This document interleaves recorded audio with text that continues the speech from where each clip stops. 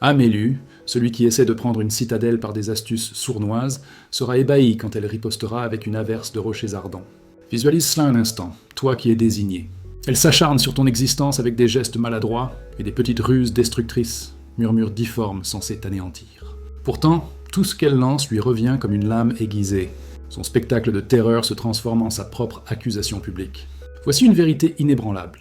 Une intrigue née de la jalousie résiste rarement à une intégrité sereine. La foule propage vite les mensonges, mais elle les démasque tout aussi rapidement. Si tu refuses de plonger dans cette comédie, ceux qui tentent de manipuler le sort des autres sèment souvent des preuves évidentes, falsifications grossières, complots fabriqués de toutes pièces, incohérences flagrantes qui s'effondrent sous un simple regard. Ce n'est pas une magie secrète, c'est une question de conséquences naturelles. Il ne s'agit pas d'un rite mystérieux, mais d'une rivale qui a pris le chaos pour de la force et t'a choisi comme cible. Elle a visé ton esprit pour découvrir qu'elle affrontait une forteresse bien plus solide. Ta stabilité, ton honnêteté, ta protection invisible. Pendant qu'elle joue son rôle, tu reconstruis. Pendant qu'elle répand des calomnies, tu gâteurs des faits. Pendant qu'elle crie pour attirer les yeux, l'univers garde les comptes. Écoute bien, élu. Cela va au-delà d'un avertissement. C'est un appel à l'action. Si tu veux propager la vérité, clique sur « J'aime », abonne-toi tout de suite et laisse le chiffre 75 dans les commentaires pour ancrer ta détermination. Tu choisis la solitude comme un sanctuaire, pas comme une prison.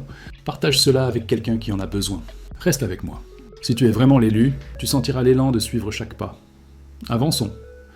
Lancer des cailloux contre un gratte-ciel géant. Ça ne l'ébranle pas. Ça ne fait que révéler les mains fragiles qui les ont jetés. Note cela. Son assaut initial est théâtral parce qu'il le faut. Elle a besoin de spectateurs. Elle veut te convaincre et surtout se persuader qu'elle détient un pouvoir tordu.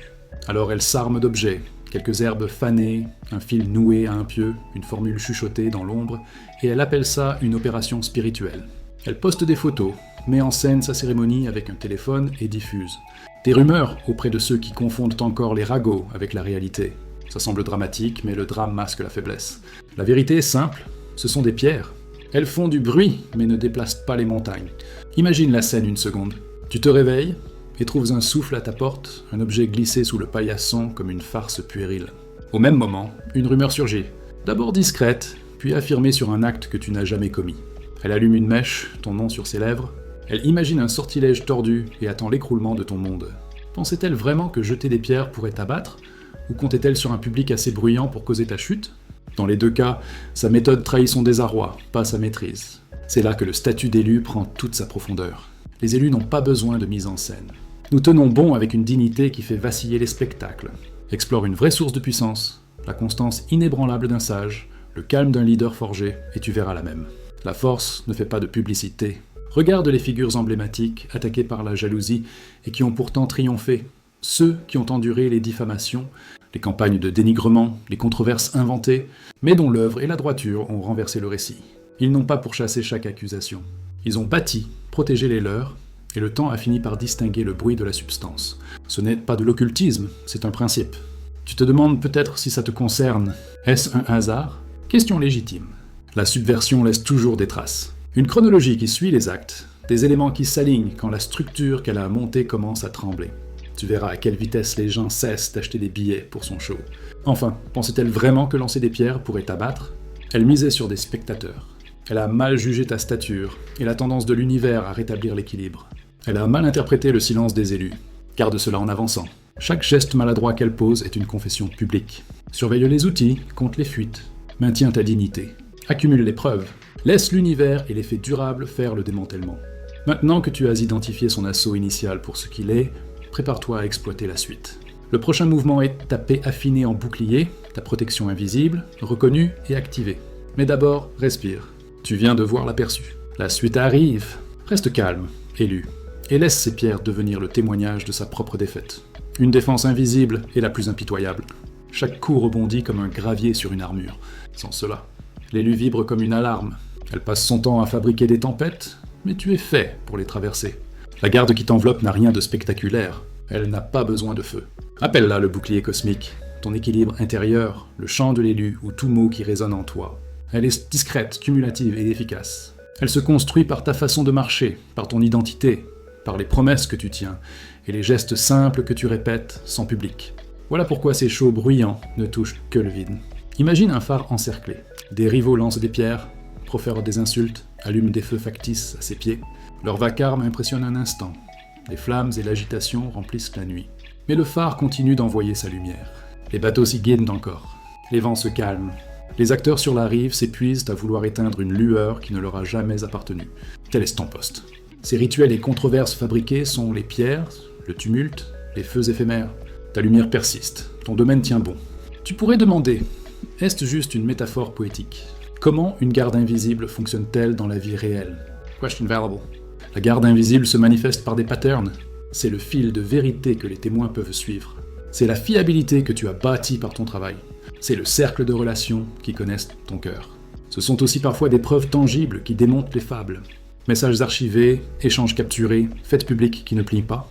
Le chant de l'élu transforme la réaction en résilience. Plus elle frappe, plus les preuves s'accumulent comme des sédiments. Avec le temps, ces sédiments deviennent rocs. Pense aux cas célèbres de personnes qui ont surmonté le bruit grâce à un ancrage plus profond. Réputation, expertise ou réseau discret de soutien. Pense aux créateurs et leaders ciblés par des récits destinés à les briser, mais qui ont continué à créer, à se montrer et à laisser leur production contredire les mensonges. Ils n'ont pas gagné en ripostant. Ils ont gagné en persévérant, en laissant leur talent et leur intégrité s'empiler jusqu'à ce que les fables paraissent ridicules. Ce n'est pas une magie rare, c'est la durée, la persévérance et un chant qui refuse d'être ébranlé par les spectacles. Soyons concrets. Comment la protection de l'élu se déploie quand elle tente d'attaquer? D'abord, elle diffuse. Elle a besoin d'un public pour que ses fables résonnent. Ensuite, elle superpose un récit chargé d'émotions pour qu'il se propage plus vite. Colère, jalousie, une pincée de scandale. Enfin, elle parie sur des spectateurs qui ignorent la vérité ou sont trop paresseux pour la vérifier. Mais c'est là que ta défense invisible entre en jeu. Les témoins qui te connaissent ajoutent du poids à la rumeur. Les faits vérifiables font s'écrouler le récit inventé. Les réponses calmes neutralisent l'émotion sur laquelle elles comptent. Le bouclier n'est pas une barrière mystique, c'est une dynamique collective. Prenons un exemple concret. Supposons qu'elle attache un objet à ton portail et poste une photo floue en ligne, clamant que tu es maudit tout en semant une accusation que tu as bloqué l'avancement d'un proche. Au lieu de paniquer, tu documentes l'objet, notes les horaires et alertes discrètement un voisin fiable, un allié solide. Tu contres la rumeur par une correction publique, sereine, avec des détails vérifiables. Une timeline factuelle brève. Ton responsable qui connaît la vérité intervient avec une déclaration concise. Le bavardage en ligne s'essouffle face à une base solide et des gens capables de confirmer l'incident de l'objet. Il est retiré le lendemain par les autorités locales, après signalement comme déchet. Son coup d'éclat se mue en curiosité collective, pas en dommage. C'est la protection en action. Des pas simples, efficaces, qui transforment le spectacle en farce. Tu pourrais t'inquiéter? Et si certains y croient encore? Oui, quelques-uns y croiront. Les gens sont souvent attirés par le drame, car il est plus facile à avaler que la nuance. C'est pourquoi l'élu ne court pas après chaque sceptique. Tu continues à bâtir le dossier de la vérité. Tu continues à vivre selon tes valeurs, et tu laisses le temps faire son œuvre. Les cris les plus forts s'éteignent quand la preuve quotidienne de ton intégrité s'accumule. Si quelqu'un s'obstine à gober les mensonges, c'est son choix. Tu protèges ton chemin. Tu ne supplies pas chaque esprit. Une autre question courante. Puis-je renforcer cette défense? Absolument. L'épaisseur du bouclier repose sur 3 piliers. L'archivage, le cercle et la discipline. L'épaisseur du bouclier repose sur 3 piliers. L'archivage, le cercle et la discipline. L'archivage, ce sont les traces, photos prises, justificatifs, détails banals mais précieux. Le cercle, ce sont les alliés fiables, qui peuvent confirmer la vérité si besoin. La discipline, c'est l'habitude quotidienne de ne pas répondre à chaque caillou. Ce sont des mesures pratiques, pas mystiques, mais des habitudes réalistes qui rendent ta vie imprenable à long terme. Tu entendras des conseils contraires, poussant à contrer le bruit par du bruit, à surpasser les spectacles par des contre-spectacles. Évite cela, ne tombe pas dedans. Réagir à ce niveau est exactement ce qu'elle veut, des spectateurs et du drame. Tu vises l'inverse, utilise le silence comme stratégie, utilise l'impact comme contrepoids, transforme son agitation en note dans ton journal pour la restauration et la reconstruction. Pendant qu'elle s'épuise à inventer de nouvelles scènes, tu multiplies exponentiellement le volume de la vérité. Il y a aussi un aspect psychologique à considérer. Quand elle voit que ses attaques s'évaporent, elle s'énerve plus, devient plus imprudente. C'est un signal précieux. Plus ses actions sont frénétiques, plus son manque de plan devient évident. La panique révèle les failles, et quand les acteurs paniquent, ils laissent des traces. Quand elle monte le volume, elle devient plus lisible et plus facile à contrer avec des faits basiques. Vois l'escalade comme une confirmation que tu es sur la bonne voie. Une réponse calme est l'outil de déconstruction le plus puissant. Explorons une approche plus fine qui protège l'élu, la transparence délibérée. Ça peut sembler contradictoire après avoir prôné la sérénité, Mais il y a une différence entre le drame et la transparence mesurée. Partage de courtes mises à jour cohérentes qui ancrent le réel. Une note brève sur un accomplissement récent avec des repères clairs. Un hommage public à des partenaires, une explication factuelle si nécessaire. Ces mini-ancrages créent un sillage qui résiste aux fables. La transparence sans hystérie est une défense amplifiée. Elle bouche les trous que les calomnies essaient d'exploiter. Enfin, souviens-toi de l'analogie universelle, un retour en boucle. Elle lance son geste avec force, espérant qu'il t'atteigne. Elle parie sur la trajectoire et le public, mais chaque propulsion malhonnête a un chemin inverse. Le chant de l'élu courbe ce chemin. Il absorbe, dévie et renvoie l'énergie avec un bonus. Tu n'as pas à prévoir le retour exact. Tu dois juste rester assez solide pour laisser le retour se produire. Continue les petits gestes. Maintiens ton cercle étroit. Garde tes archives propres. Continue à dire la vérité quand ça compte et à rester silencieux quand ça ne compte pas. Ce n'est pas une leçon mystique, c'est de la résilience concrète. Le phare continue d'émettre. Les navires lisent encore le signal. Ces cailloux sont visibles, et le monde sait qui les a lancés. Maintiens ta lumière active. L'élu, son retour en boucle est déjà en marche, élu. Chaque geste qu'elle pose lui revient plus tranchant, plus lourd, et vise son propre cœur. Elle envoie du venin convaincu qu'il percera ta peau. Mais l'univers a une loi implacable.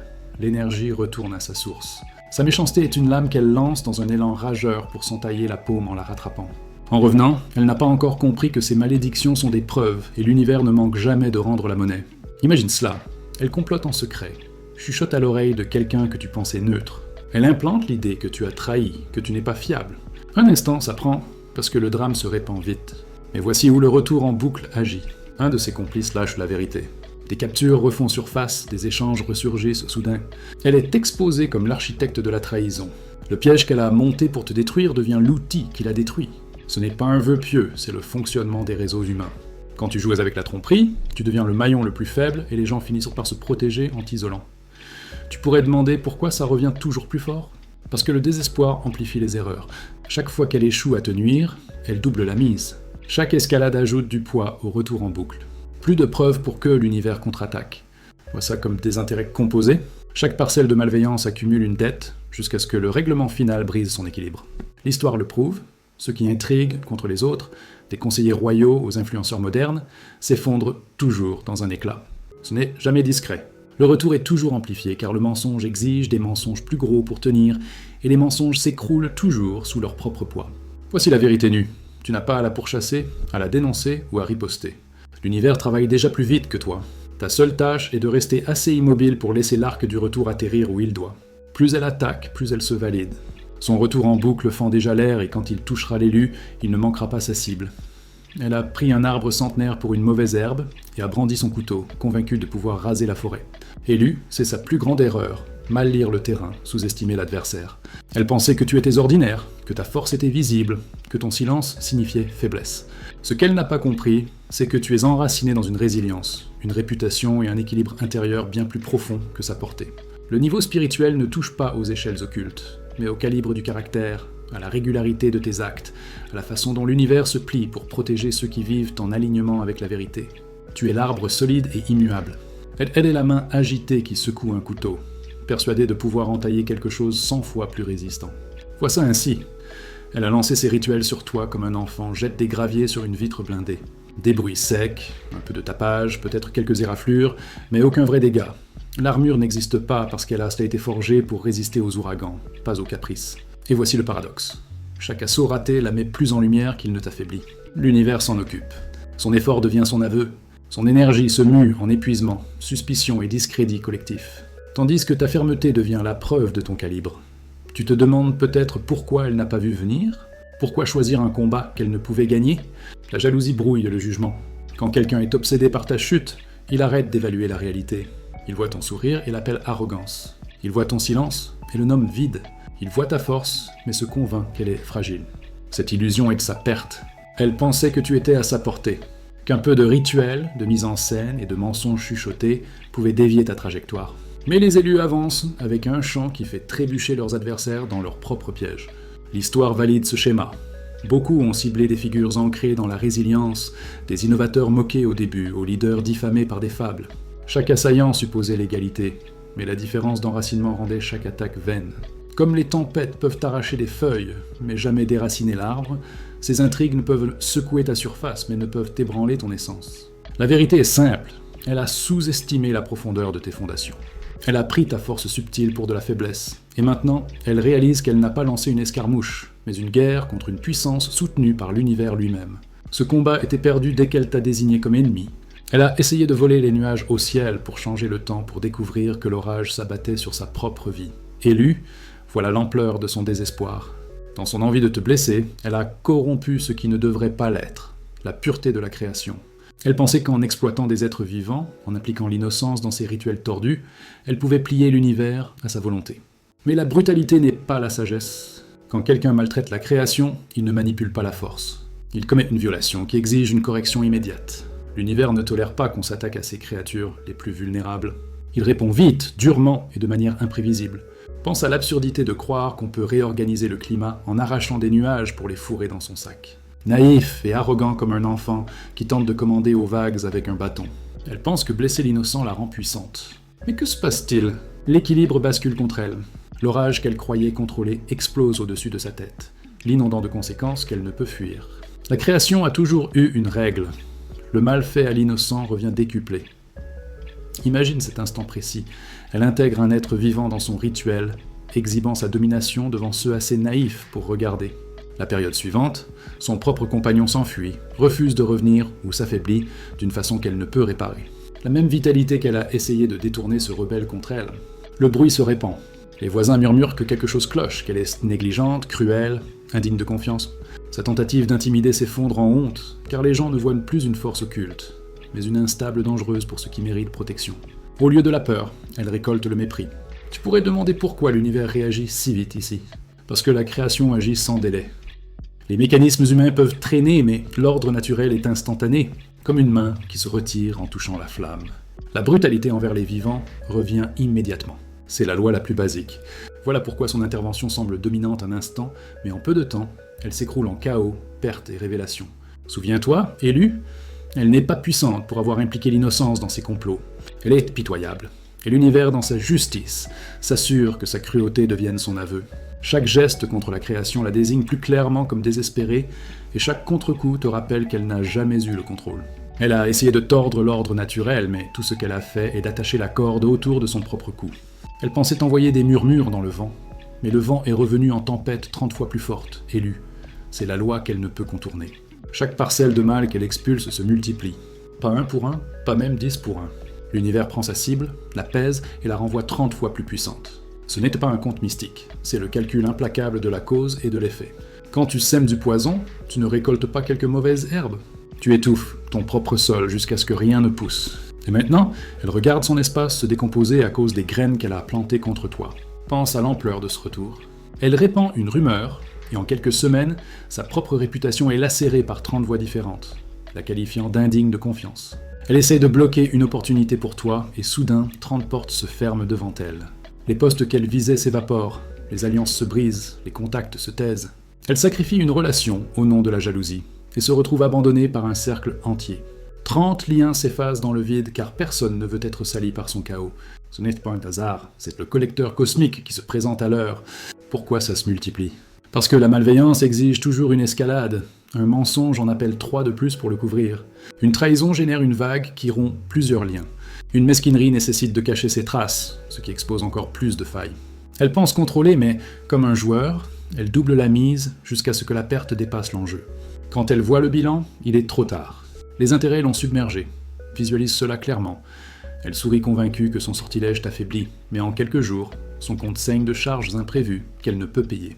Elle se vante d'avoir retourné les autres contre toi, puis trébuche dans une réunion où personne ne lui fait crédit.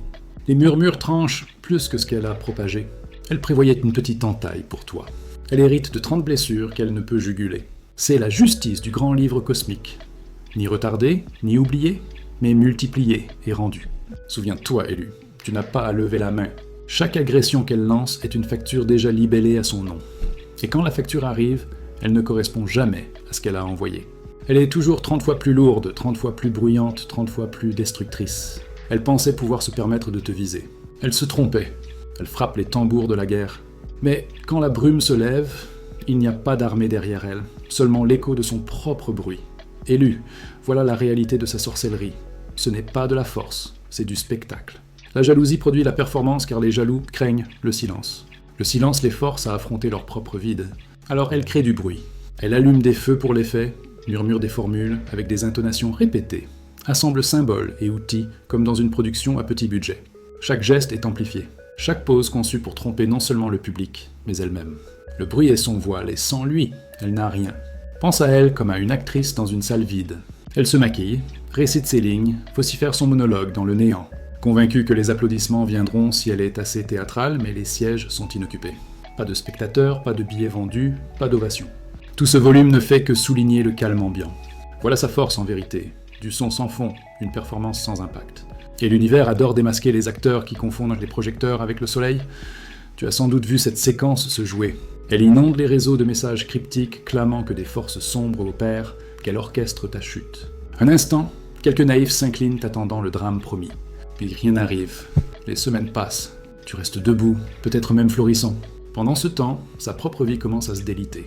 Des dettes s'accumulent, des alliés s'éloignent, des incohérences dans son récit surgissent. Sa performance ne finit pas en triomphe, mais en silence gênant et murmure sur son instabilité. Voilà la vérité derrière son rideau. Un effondrement là où elle espérait l'admiration. Tu pourrais demander pourquoi elle a besoin de ces mises en scène si elles sont inefficaces. Parce que la jalousie a faim, elle exige une validation. Elle se nourrit d'attention volée. Sans public, sans doute la ronge de l'intérieur. La performance est son seul rempart contre elle-même, mais quand personne n'achète de billets, même ce rempart craque. Plus elle fait de bruit, plus sa fragilité devient évidente. Souviens-toi, élu, son vacarme n'est pas de la puissance, c'est du désespoir. La vraie force n'a besoin ni de scène, ni d'accessoires. Elle vit dans le silence solide, tandis que les acteurs s'épuisent. Et quand le rideau tombe enfin, tu seras toujours debout, tandis qu'elle s'inclinera devant une salle vide. Maintenant, si ces mots ont réveillé ta conscience, clique sur j'aime. Abonne-toi et laisse le chiffre 75 dans les commentaires pour affirmer ton bouclier. Partage cela avec un autre élu. Diffusons la lumière.